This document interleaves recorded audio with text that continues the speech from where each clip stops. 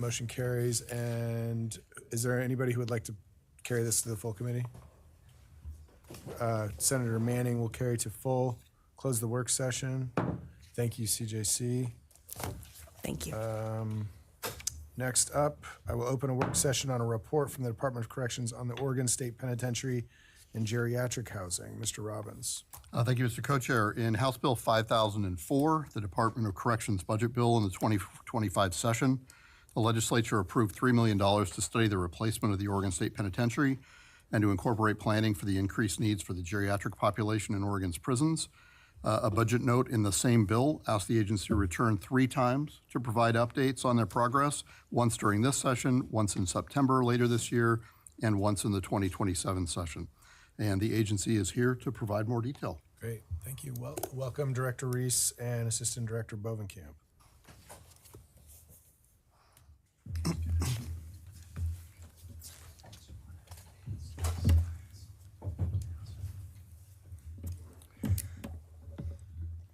Good morning, Chair Broadman, Chair Evans, members of the committee. Thank you so much for giving us this opportunity to brief you on the OSP feasibility study and the geriatric facility that we desperately need at the Department of Corrections. For the record, my name is Mike Reese. I'm the director of the Oregon Department of Corrections, and with me today is Kevin Bovenkamp, Assistant Director, in charge of our Health Services Division, and Harvey Matthews is here to help manage the PowerPoint presentation. So as we move into the presentation, there are 2 challenges at DOC that we hope to address. One is that our oldest prison, the Oregon State Penitentiary, is well past its useful life. It's over 100 years of age, has significant deferred maintenance, a lot of challenges with the structure itself, maintaining it, and it doesn't meet the needs of a modern correctional environment. As we get into the presentation, you'll see some of the challenges there, but you'll also see that with the aging population that we have in custody, it's also a very difficult prison for us to manage that population. And Kevin's going to spend some time talking about that. As we look at best practices across the United States and what works in other systems and opportunities for us to do things differently. So as we move forward, I would like to just show you a picture of the inside of the recreational facility. That's the ceiling that you're looking at. And I want to be really clear. Our staff work every single day trying to take care of problems like this. It's overwhelming. The number of things that are challenging this facility, whether it's fire systems, ventilation, asbestos abatement, the lead paint, heating and cooling systems. They're antiquated and don't adequately manage the temperature inside that facility. We've been very transparent with you and with the media and with the public about the challenges. These photos that you're going to see in a couple different places are when we took the Oregonian through, and they documented some of the challenges we face. While they were talking to one of our adults in custody in a housing unit, I was looking up at the ceiling, and there's a large hole in the ceiling where it's literally inside a housing unit crumbling and falling apart. So again, the staff are doing everything they can to maintain the facility, but it is overwhelming, and the deferred maintenance costs are over $100 million and only growing. This is a picture of the watchtower. Again, this is a maximum security institution. So it has layers of security, starting with infrastructure, and then you're talking about the personnel involved in providing that level of security as well. You'll see in this picture, there's what looks like new pavement. It is new pavement. There's a strip of it because underneath the facility, you have a piping system that's over 100 years of age and is breaking down just like the buildings are as well. So this was where we had to replace pipes that are running through the building, underneath walls and through the structure. This is a building that's used 24/7. So it isn't that it's shut down at night or it's shut down on weekends. It's constantly in use and that adds to the wear and tear of these facilities. You can see from here some of the costs associated with deferred maintenance. This doesn't include the upgrades we need for seismic or HVAC. Again, walking through that institution at any day in the summer, it's going to be oppressively hot in the upper tiers. One day last summer, I walked through it, and it was over 100 degrees in the top tiers of that unit, in the housing units, where we're housing adults in custody and our staff are working. HVAC upgrade would add another $25 million to this price tag. The utility costs for an aging facility like this are also overwhelming. So I'd like to turn it over to Kevin. He'll talk a little bit about the aging population, some of the challenges with that group. Good morning, Chairs Evans and Broadman, members of the committee. For the record, Kevin Bovenkamp, Assistant Director of Health Services for the department. And if you look at the chart here, you'll see just back in 2014, our AIC population for 55 and over was about 12%. Fast forward 10 years, and you'll see we've grown over 15%. We're now up at 18%. And if we look at data projections from the Oregon State Criminal Justice Commission, we extrapolated that with about 20 years, we expect to be growing another 14% or so, which would put us over 30% of our total AIC population over 55, roughly 4,200 AICs over 55. And then here's a picture of one of our housing units where we currently keep a lot of our senior aging AICs. Our infirmaries they're not equipped for long-term memory care facilities. So like in the community, we have different types of facilities for different types of care. The prison system lacks that kind of differentiation for types of care that's needed. And so our infirmaries aren't really set up or intended to be for memory care, for assisted living, for long-term illness recovery, or hospice care. We do what we can for hospice today, oftentimes just trying to find a room on the end to make it as comfortable as possible. But our system was not designed for these levels of care.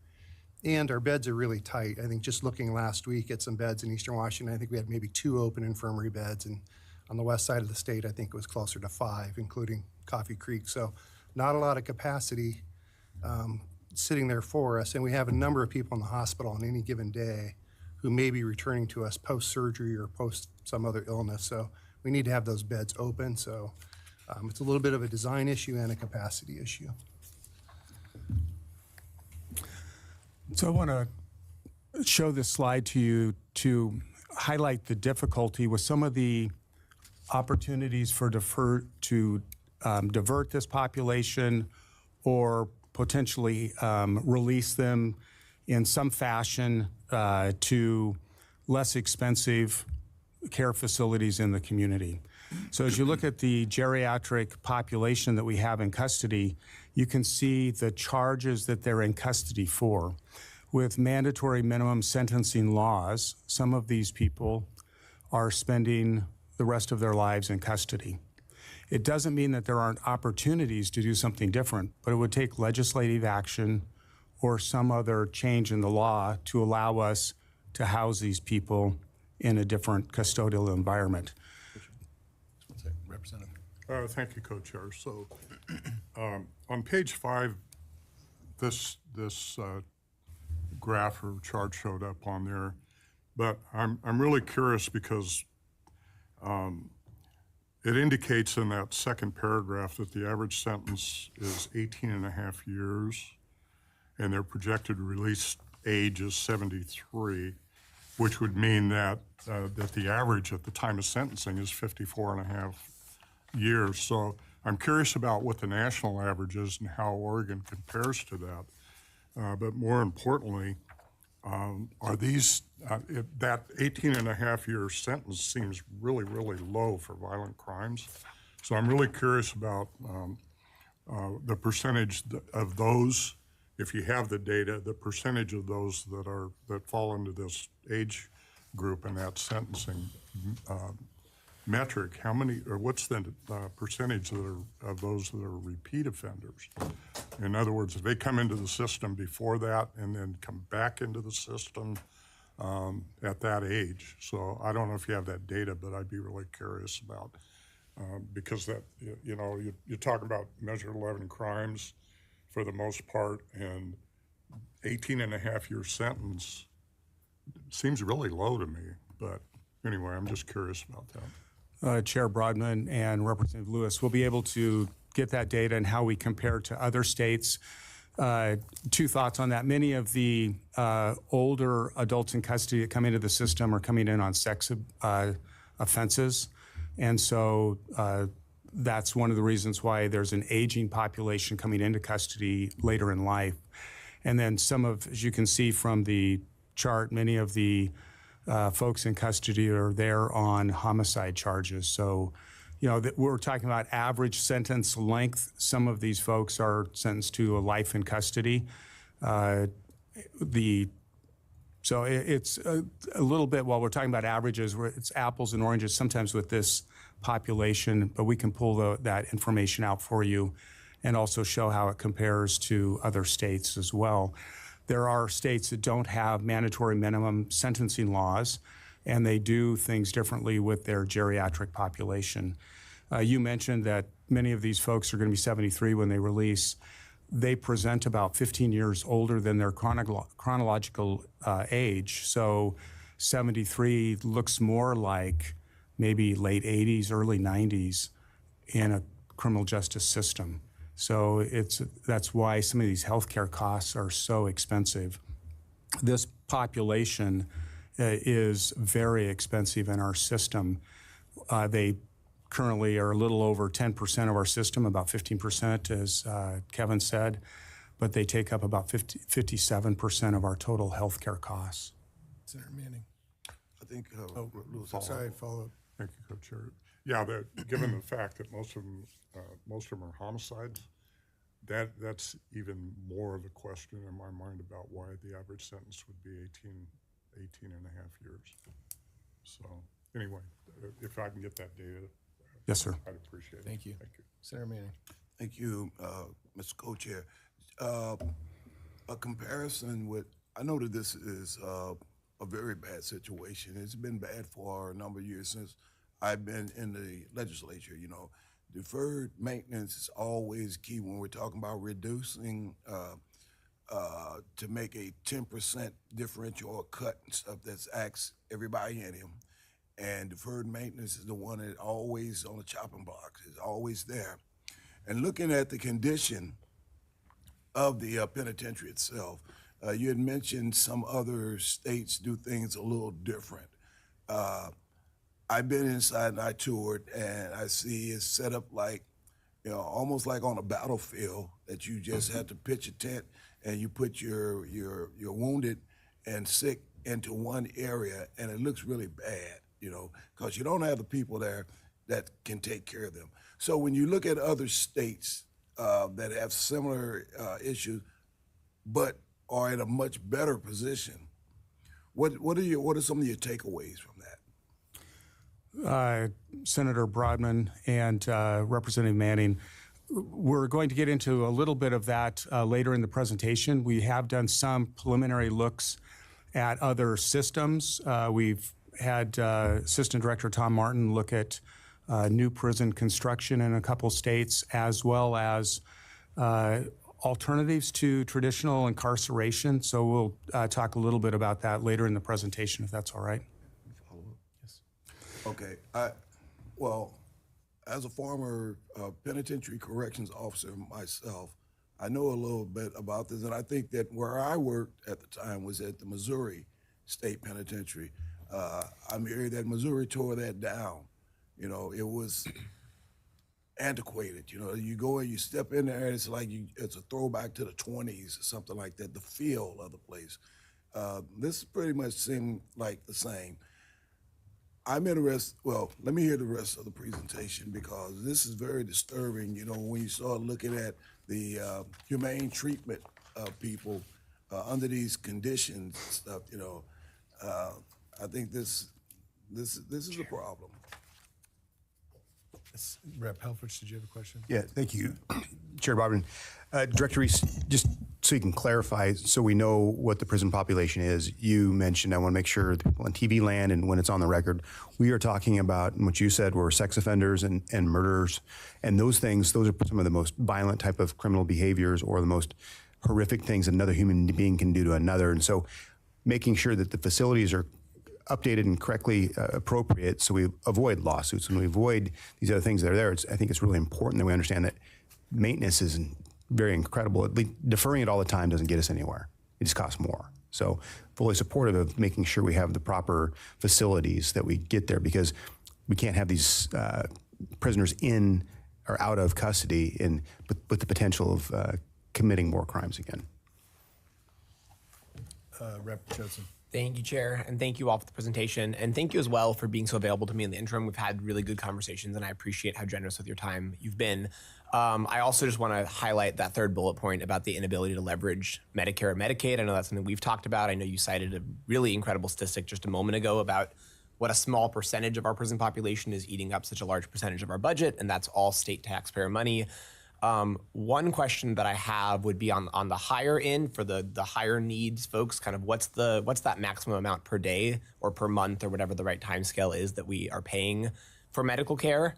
And then just following up on my colleagues' questions on data, I think the other questions that I don't expect today, but that I'd love to get would be, how many total people are we talking about where we really need this additional level of care that we're not able to provide?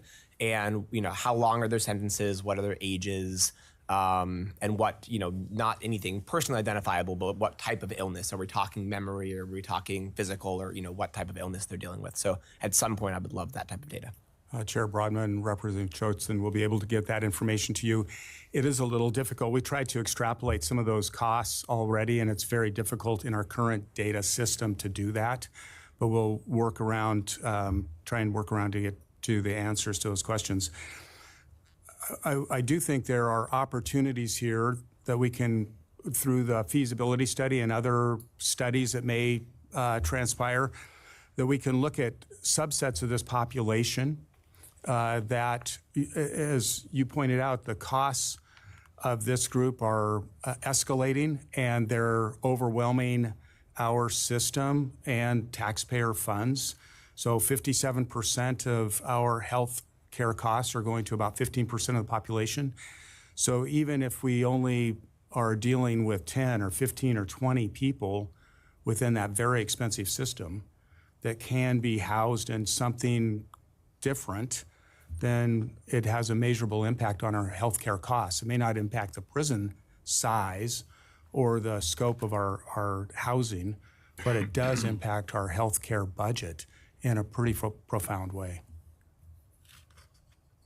Representative. Thank you, Co-Chair. On the issue of Medicaid, so if treatment is provided outside of the correctional setting, Medicaid may apply. Is there anything that can be done as far as existing Medicaid law at either the state or the federal level that would allow for Medicaid to pay for treatment within the correctional facility?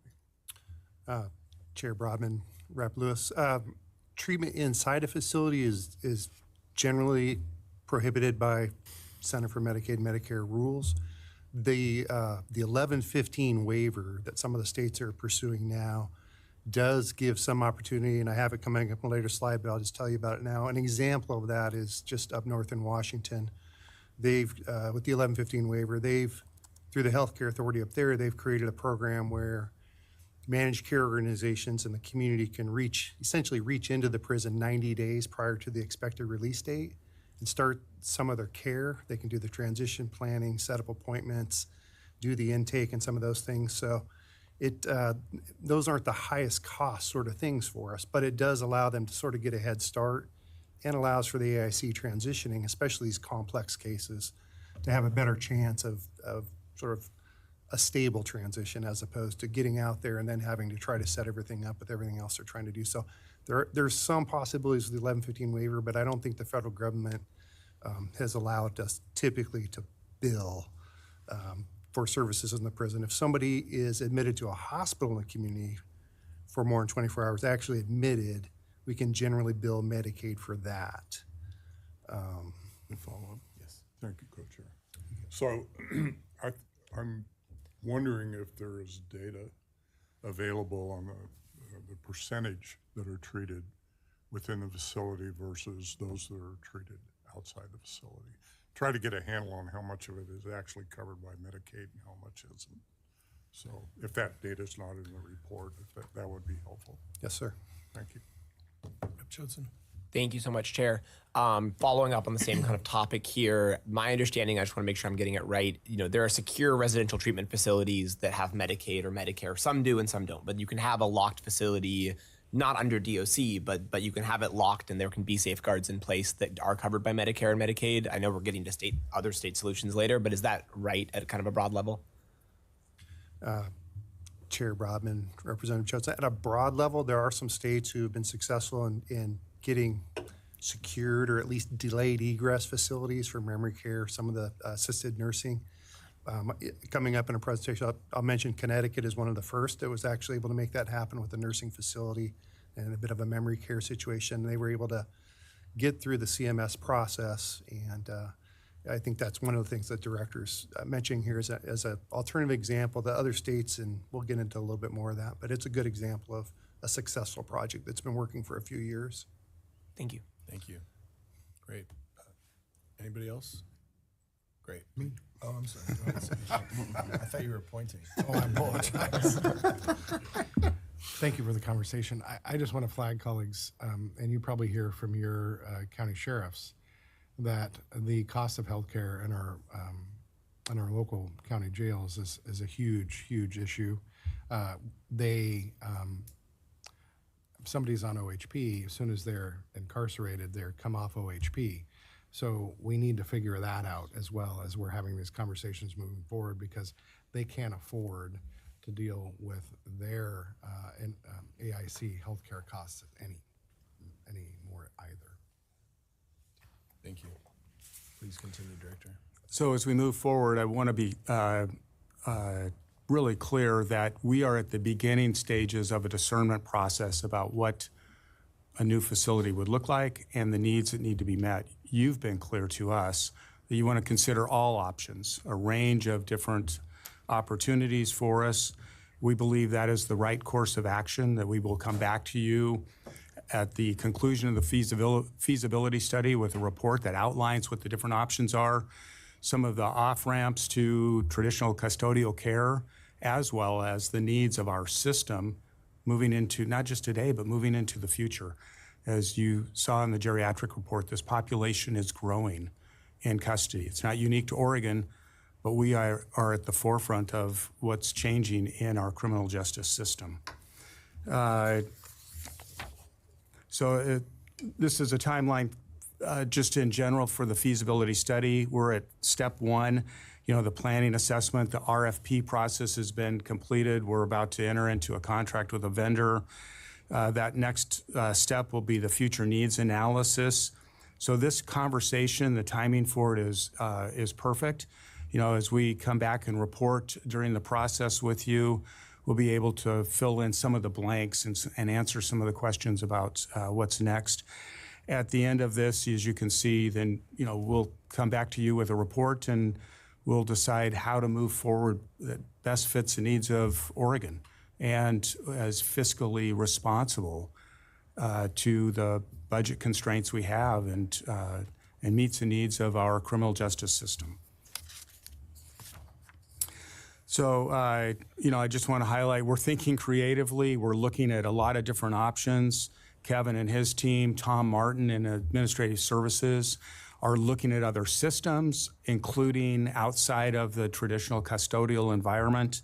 There may be opportunities for changes in statutory law that impact who is in what type of custodial environment.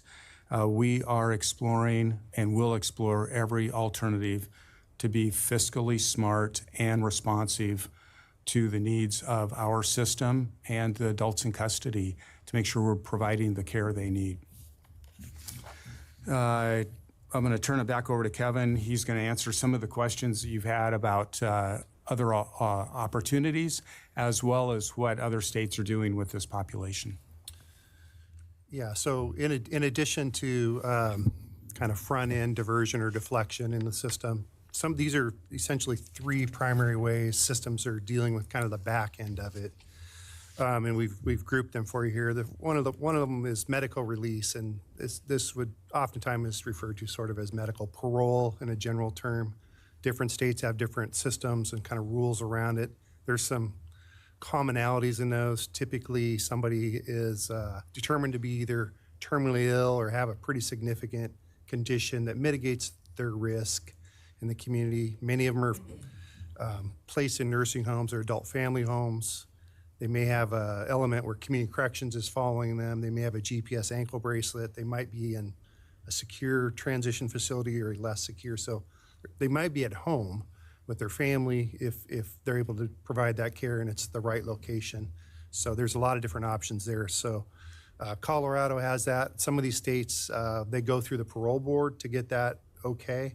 Some of the states, like Washington, it's actually run through the department and the secretary or the director makes a decision. So there's different sort of decision-making authority within these rules. The Federal Bureau of Prisons has been trying to expand their criteria for years and be a little more creative about using some of it because they, of course, have some pretty severe mandatory sentences. The second bucket is what we call contracted third-party care. That Connecticut facility we talked about there just a minute ago is a good example. They're up top, private nursing home, and they're doing a little memory care now as well. Delayed egress. Washington, that community-based skilled nursing facility partnership, that's really referencing some of that 1115 waiver work they're doing. They also, if Washington in their extraordinary medical placement program, they place people out in the community. They actually, through the social health services, have a extra rate they're able to give nursing homes and others who are willing to take Department of Corrections, AICs or inmates. So not every facility is excited about that opportunity, and so they do a rate enhancement for some of these individuals. So that's an example. And then there's, in the third bucket is really like designing new prison facilities, which is a part of this process discussion. Is California is probably one of the more recent and most notable. They built a facility down there. It's a huge system. And it was intended to take care of their more intermediate, sort of severe acute cases in medical. It's also got some psychiatric housing and some memory care housing they've built into it now. So I think it's changed a little bit since I first studied it. But Ohio had a prison. That was a pretty old prison, Hocking. They did what a lot of other states do, is they tried to just renovate and kind of make it a little softer and more convenient for managing the population. It was an old facility, so they eventually shut that down and have transferred some of that care to newer, more modern facilities. And then at Coyote Ridge up in Washington, Washington has done a couple things. They've got what I would call a 55-plus, I'd call it a staging unit, where they have men who can still ambulate a little bit. They need some help with their assisted daily living. They've got wheelchair pushers, some of the things you've seen if you toured our facilities. They're not at the point where they need to be in a medical bed. And so they've got that. And then they have a secure minimum custody facility where they have more of a nursing home, assisted living nursing facility. And they've got about 70 beds up there. And those are for men that, a lot of them were the sex offenders, the people we've talked about, pretty infirm. The trouble with that facility, it's in Connell, which is about 60 miles away from the closest hospital. So Washington's actually in the process of trying to move that facility population over to Spokane in the next year or so. So location, that's why I think Salem makes sense for some of that. And thinking about this OSP replacement, we've got some community healthcare systems here that could be helpful to us. So those are just a few examples. There's many more. Representative. Thank you so much, Chair. I just really appreciate this slide, and I just want to make sure it's clear that I think there's a shared commitment between DOC and the legislative body, right? We want to keep the community safe. We want to get AICs the healthcare they deserve, and we want to be smart with taxpayer money.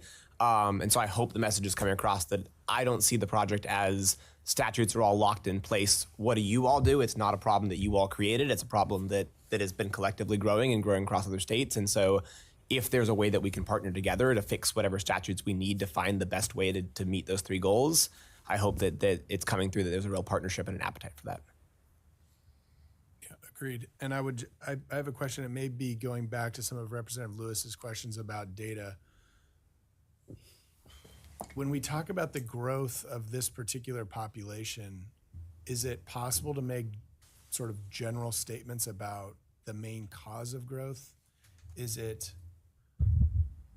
more older AICs who are coming in on long sentences because of increased criminal activity related to the sex offenses that you've talked about? Is it longer sentences where somebody starts in their 50s and the sentences are longer? I would just be interested if there's like statistical information we can get about what is the main cause of the growth? And I know you've probably shared that with us before, but I think it's important in this context because we're going to be making investments in the near term that I want to set our state up for success in the medium and long term also. So I think that data would be useful if there's a way to summarize that in a way that we can understand. Hey, look, you're going to start seeing more people offending in their late 40s, 50s because we're seeing that trend. We need to plan for that now. If it is because we are seeing longer sentences, without putting a qualitative judgment on why those sentences are what they are, that's the current law. We're gonna continue to see that. I would be interested to know that as part of the planning process. And I would concur with Representative Choatson.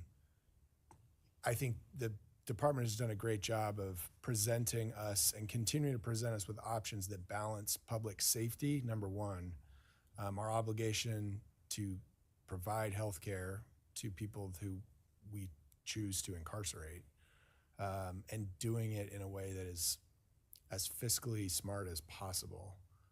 And I don't think anything's off the table at this point. I think that's why we're doing this planning, so thank you.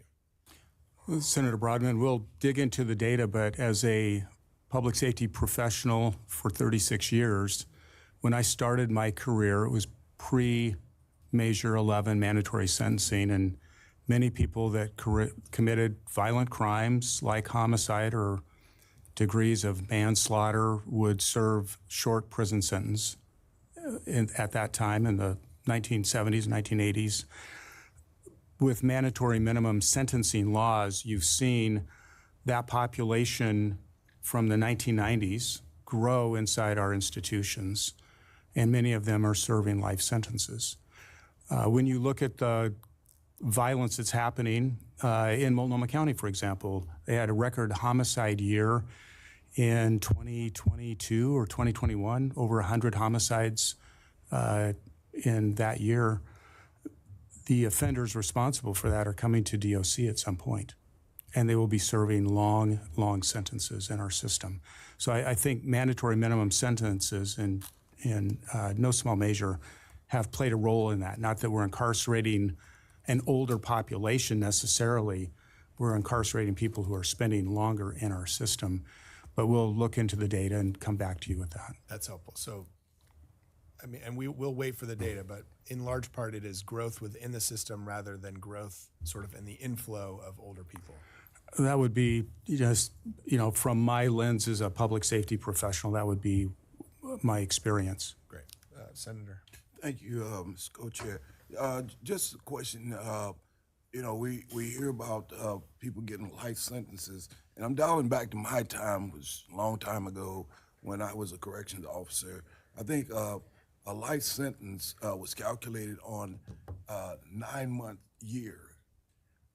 So for every 9 months, then you got credit for a year, and that's a formula that they use. So is there a formula, or is it just natural life, or how does that work? Is there? So if someone get a life sentence, is it just natural life, or is there a calculation where it's like said? With my experience years ago, 9 months was equate to a year because of the population and the capacity to handle that. It was hard to do, very difficult. So is it 1 year flat per year, or how do you calculate? How's that calculated?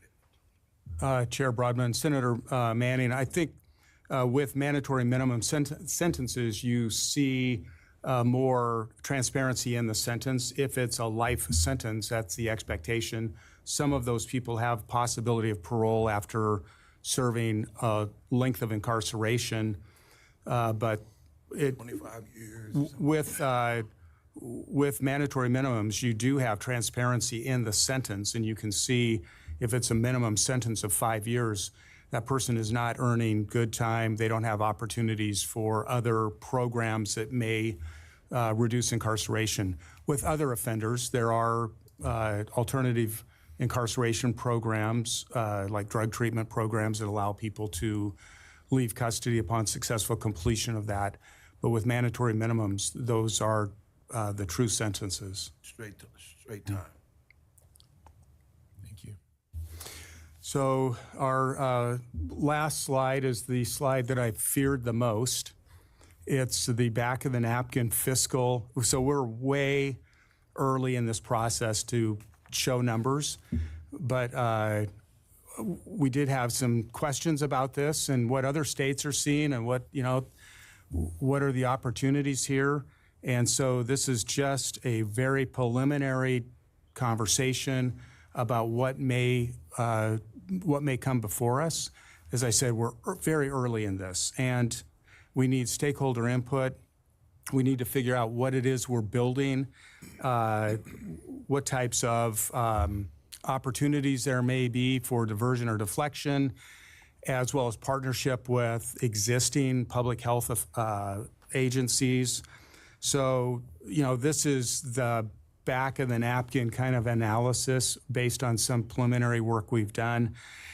I think that there's a lot that we'll learn through the feasibility study as we take a maximum security prison, which the Oregon State Penitentiary is, with layers of security around it. If we're building a medical facility and minimum medium custody housing units, that's going to look a lot different, and it's going to cost a lot different than a maximum security institution. It doesn't mean that there aren't other maximum security facilities in our state. Snake River facility. It doesn't mean that we may have populations within this new facility that need very highly secure, intense housing, but it could be a lot smaller footprint within the facility. So those are all things that we'll learn. There are economies of scale as we talk about bringing this population, this medical population together. There are economies of scale that we create as well. Yeah, correct. And just for the medical facility, I think we would assume it's going to cost a little bit more to build a 1,000-bed medical facility as an example than it would just a housing facility. The estimated annual savings there, we would expect to see some savings, reduced care offsite, reduced transports, our ability to keep things on site, more access to pharmacy and more capabilities for an on-site pharmacy, maybe to do things like some oncology treatment, some things like that we typically take out to town now. So some staffing efficiencies and things like that. Hopefully less litigation and lawsuits and bad outcomes for cases. So those are all things that kind of go into that number. Thank you. Representative Helfrich. Thank you, Chair Robin. Just since we're talking about back of the napkin calculations and then just feasibility study, I know other states have privatized their correctional institutions. I'm not suggesting that here, but I do know that those same private entities have used prefabricated modular units and attached them as permanent units. And being on Housing and Homelessness Committee, we've talked about that extensively in those pre-approved things as a guide to reduce costs, off-site build.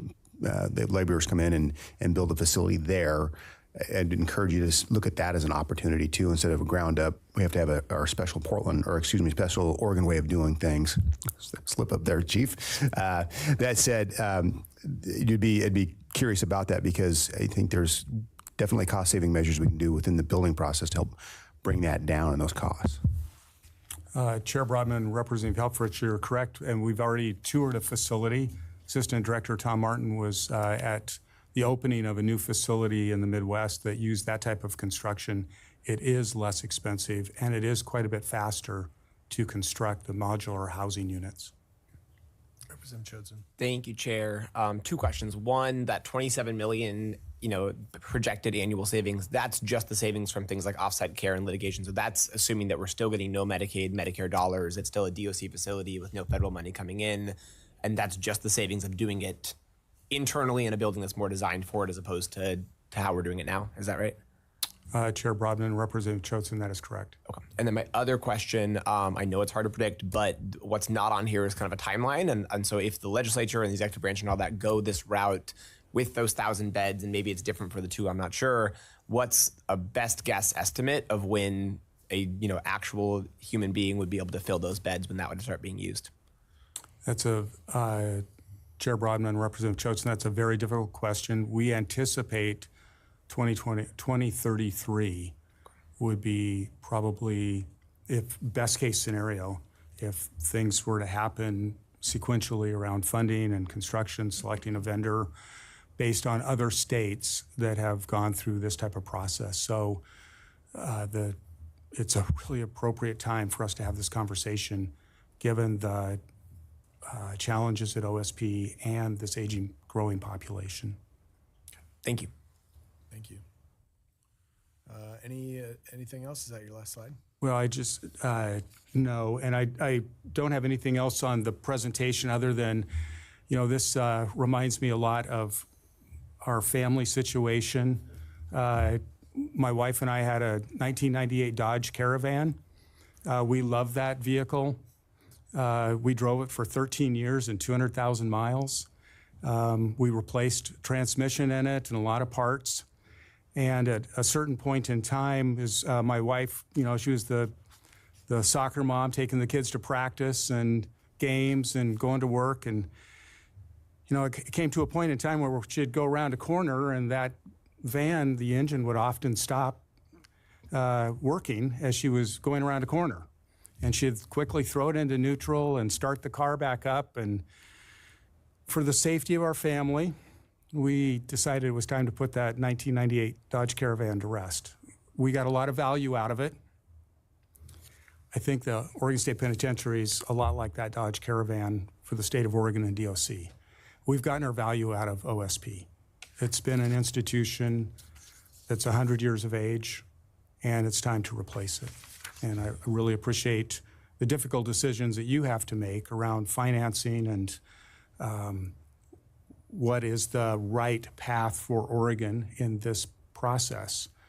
But as the DOC director, I believe it's my responsibility to come before you with some options and some opportunities to do things differently.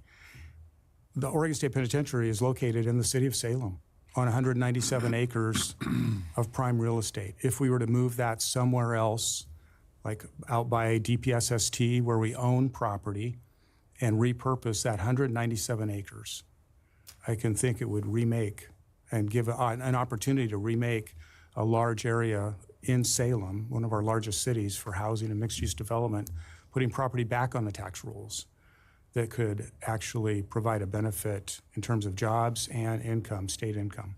So thank you very much for the presentation. Thank you. Appreciate it. With that, I will see if we have a DAS recommendation.